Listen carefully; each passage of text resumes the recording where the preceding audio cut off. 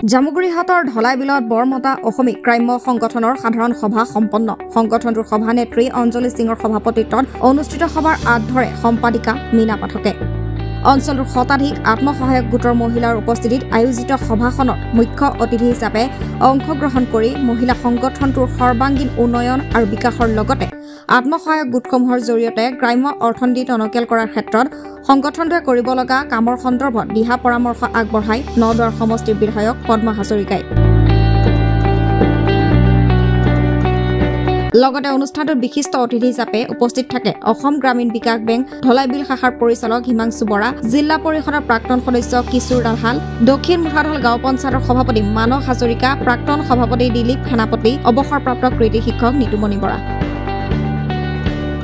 এই সভাখনত দীপা বড়ৈক সভানেত্ৰী আৰু তৃষ্ণাদেৱী সম্পাদিকা হিচাপে লৈ বৰমতা অসমী গ্ৰাম্য সংগঠনৰ 16জনীয়া এখন নতুন কমিটি গঠন কৰি অৰ্পণ কৰে দায়িত্বভাৰ অনুষ্ঠানটো সাফল্যমণ্ডিত কৰি তোলাৰ বাবে সভাত অংশগ্ৰহণ কৰা প্ৰতিগৰাকী ব্যক্তিক কৃতজ্ঞতা জ্ঞাপন কৰে অনুষ্ঠানৰ আয়োজক চান্দা থাপাই আমাৰ তেওঁলোকৰ বিভিন্ন কৰ্মসূচিৰ বিষয়ে আলোচনা হৈছে আৰু বিধায়ক হিচাপে মোক আমন্ত্ৰণ জনাইছে গতিকে NRLMৰ জৰিয়তে যিখিনি কাৰ্যসূচী হৈ আছে আৰু সখীসকলৰ জৰিয়তে যিখিনি এৱাৰনেছ হৈ আছে এই সম্পৰ্কত বিতংকে আলোচনা হৈছে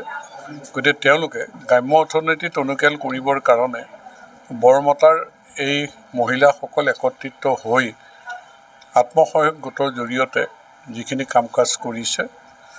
বা যিখিনি তেওঁলোকে সংগঠিত হৈছে মই ধন্যবাদ জনাইছোঁ তেওঁলোকলৈ আৰু যিহেতু অহা অক্টোবৰ মাহৰ ছেকেণ্ড উইকত তেওঁলোকে 10,000 কোটি টকা লাভ কৰিব আৰু তাৰ পিছত পৰ্যায়ক্ৰমে তেওঁলোকে লাভ কৰি থাকিব গতিকে কৰ্মসংস্কৃতিৰ এটা পৰিৱেশ যাত্ৰা তেওঁলোকে আগবঢ়াই লৈ যাবলৈ সংকল্প লৈছে গতিকে আমি আশা কৰিছোঁ যে আমাৰ উপাৰ্জনমুখী পদক্ষেপে পথাৰ বজাৰ দখল কৰা পদক্ষেপে তেওঁলোকৰ অৰ্থনৈতিক ভেটি শক্তিশালী কৰিব গ্ৰাম্য অৰ্থনীতি টনকিয়াল হ'ব মুখ্যমন্ত্ৰী ডাঙৰীয়াৰ সপোন দেশৰ ভিতৰতে শ্ৰেষ্ঠ ৰাজ্য অসম স্বনিৰ্ভৰশীল নাৰী আত্মনিৰ্ভৰশীল অসম তেতিয়াহে শক্তিশালী হ'ব পাৰিব নাৰী শক্তিশালী হ'লে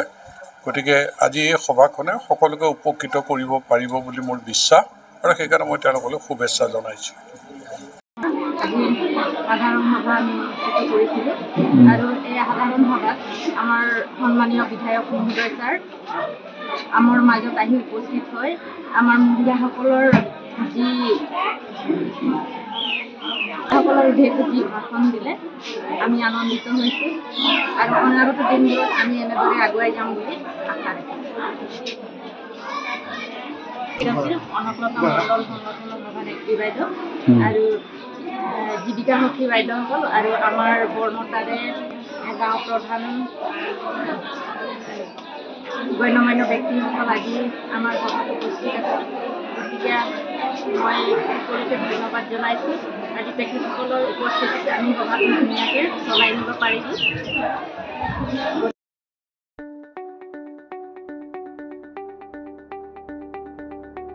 জামুগুৰিহাটৰ পৰা আনোৱাৰ আহমেদৰ প্ৰতিবেদন ই নিউজ এনি